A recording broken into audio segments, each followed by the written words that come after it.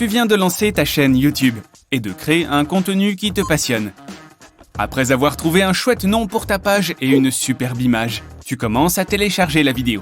Mais le nombre de vues est ridiculement faible. YouTube ne distribue pas ton contenu à n'importe quelle personne qui regarde YouTube. Il se concentre principalement sur les spectateurs plutôt que sur les vidéos. Depuis sa création, YouTube a gagné plus d'1 milliard d'heures de vidéos par jour, ce qui signifie que des centaines d'heures de vidéos sont mises en ligne chaque minute. Avec plus de 2 milliards de personnes qui regardent YouTube, il n'est pas étonnant que leur algorithme soit une super machine. Il s'efforce de trouver la bonne vidéo pour chaque spectateur et de garder ses yeux rivés sur l'écran. Lorsque tu crées du contenu original, il est bon de chercher à trouver des sujets qui satisferont tes spectateurs, plutôt que d'espérer que l'algorithme génère de lui-même des vues sur ta vidéo. L'algorithme étudie les choix personnels du spectateur lorsqu'il regarde une vidéo, son succès et si la vidéo est populaire ou tendance. Une fois qu'il a une idée de qui tu es, il commence à te suggérer d'autres vidéos susceptibles de t'intéresser. Cela ne signifie pas que toute ta planification doit tourner autour de l'algorithme, mais il est bon de le comprendre car il joue un rôle crucial. L'algorithme fonctionne en arrière-plan lorsque tu ouvres la page d'accueil de YouTube et que tu vois les vidéos sélectionnées que tu pourrais vouloir regarder. Il recueille des données, vérifie les titres, les images miniatures, les descriptions, le rapport entre ce que tu aimes et ce que tu n'aimes pas, les commentaires et le temps de visionnage. Si les gens regardent ta vidéo jusqu'au bout, l'algorithme traduit cela en « Ok, c'est plutôt sympa, je vais la partager avec d'autres ». Il est préférable de commencer à rechercher de bons titres sur lesquels les gens auront envie de cliquer. Évite certains mots qui peuvent être pièges à clics et sois créatif. Prends également le temps de créer des images miniatures attrayantes qui donneront envie de cliquer dessus. Ces images sont les affiches de cinéma des temps modernes. Tu ne regarderais pas un film avec une affiche fade qui n'attire pas ton attention. En déterminant cela, la vidéo apparaîtra sur un plus grand nombre de pages d'accueil pour d'autres spectateurs similaires. YouTube cible également l'historique de visionnage des internautes qui reflètent leurs intérêts pour certains sujets et une chaîne particulière. Bien sûr, lorsque la personne commence à regarder moins certaines pages, comme la cuisine, et commence à regarder des films, la page d'accueil affichera plus de contenu lié au film, et très peu sur la cuisine.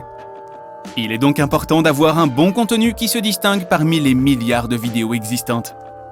Les vidéos suggérées à regarder ensuite font également partie de l'algorithme, mais elles fonctionnent différemment. À présent, YouTube a en partie compris que l'algorithme peut te montrer des vidéos qui vont souvent ensemble, des sujets connexes, et des vidéos que le spectateur a regardées dans le passé. D'un point de vue technique, l'algorithme suggère des vidéos qui ont de bonnes performances et de bons taux d'intérêt. Il affiche également les autres vidéos de ta chaîne qui ont bien fonctionné pour que les spectateurs puissent les voir. Un bon moyen d'inciter ton public à rester à l'écoute est de lui dire de regarder la vidéo suivante dans une espèce de série. Si ces vidéos ont bien marché, il est possible d'attirer davantage de spectateurs de manière naturelle. Il est important de créer un grand nombre de vidéos avant de lancer ta page, afin d'avoir une liste énorme de vidéos que les gens pourront regarder. Pense-y comme si tu allais dans un restaurant et que tu le voyais vide. Notre esprit nous dira que cet endroit est mauvais puisqu'il est vide. Il appliquera le même raisonnement à ta chaîne. Créer des suites vidéo comme des séquelles ou des préquelles est également un bon moyen de maintenir l'intérêt de ton public. Mais veille à le faire à temps, sinon l'intérêt des gens se portera ailleurs. Il est utile d'avoir une fin attractive pour que les gens puissent regarder jusqu'à la fin et voir les vidéos suggérées qui apparaissent sur l'écran de fin. Tu peux utiliser des listes de lecture, des liens, des cartes, etc. Lorsque tu tapes une vidéo dans la barre de recherche, celle-ci n'affiche pas nécessairement les vidéos les plus regardées en ce moment, mais la mesure dans laquelle les titres, les descriptions et la vidéo elle-même correspondent à la recherche. Il recherche les vidéos qui ont le plus de temps de visionnage et d'engagement. Donc, si tu veux que ta vidéo se démarque, écris des titres et des descriptions qui sont pertinents. Tu peux utiliser Google Trends pour voir ce que les gens recherchent.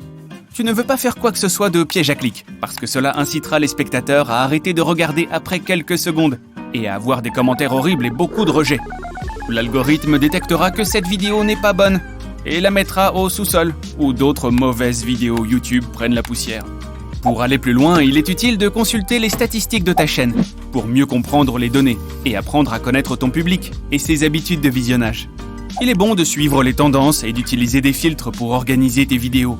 Avec le mode avancé, tu peux savoir quelles sont les vidéos avec lesquelles ton public s'est le plus engagé et quelles sont les durées de vidéos qui fonctionnent le mieux avec ton contenu. Tu peux également savoir quel est le meilleur moment de la journée pour télécharger tes vidéos et si tu as de nouveaux visiteurs ou des fans de longue date.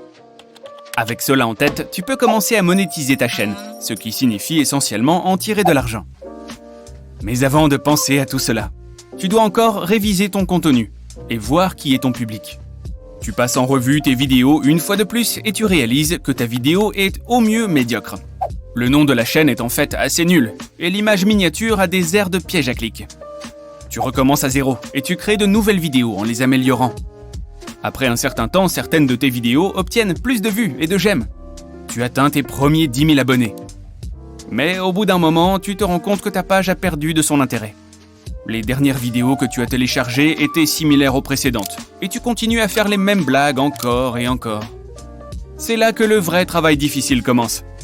Après avoir maintenu ta chaîne pendant plusieurs mois, tu décides qu'il est temps de revoir une partie de ton contenu.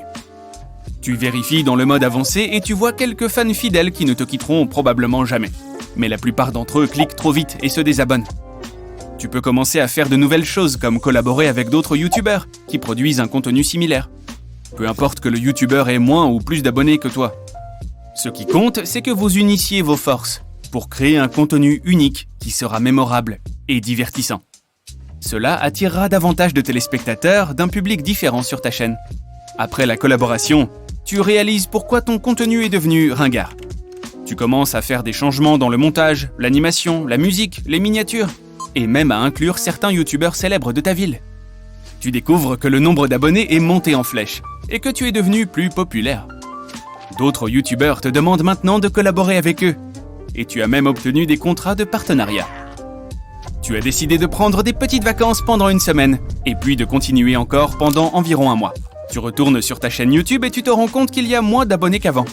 Et oui, tu dois mettre des choses en ligne de façon constante pour garder ton public, mais tu arranges la situation rapidement. Tu as maintenant 300 000 abonnés et tu vis bien. Mais ce n'est pas parce que tu t'en sors bien que tu peux t'asseoir sur ton trône. Tu dois toujours réorganiser ton contenu et garder les choses au goût du jour. Il y a d'autres choses que tu peux faire maintenant que tu as une grande audience, comme faire des directs de temps en temps. YouTube Live est un excellent moyen de communiquer avec tes fans d'une manière personnelle. Tu peux l'annoncer sur ta page pour qu'ils se montrent. Ce qui est génial, c'est que tu peux le faire avec ton téléphone ou ta webcam à la maison.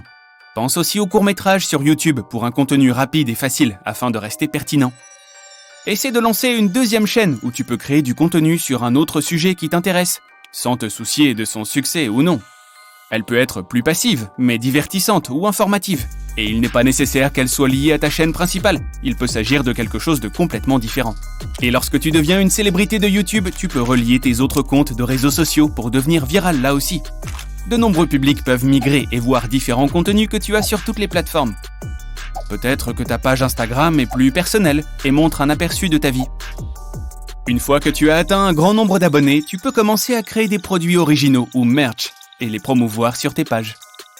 Il n'est pas nécessaire de vouloir en mettre plein la vue, mais il est bon de les présenter et même de collaborer avec d'autres entreprises qui aident à créer ces produits. Qui sait, ces produits peuvent être très précieux et tu peux potentiellement créer un empire avec eux.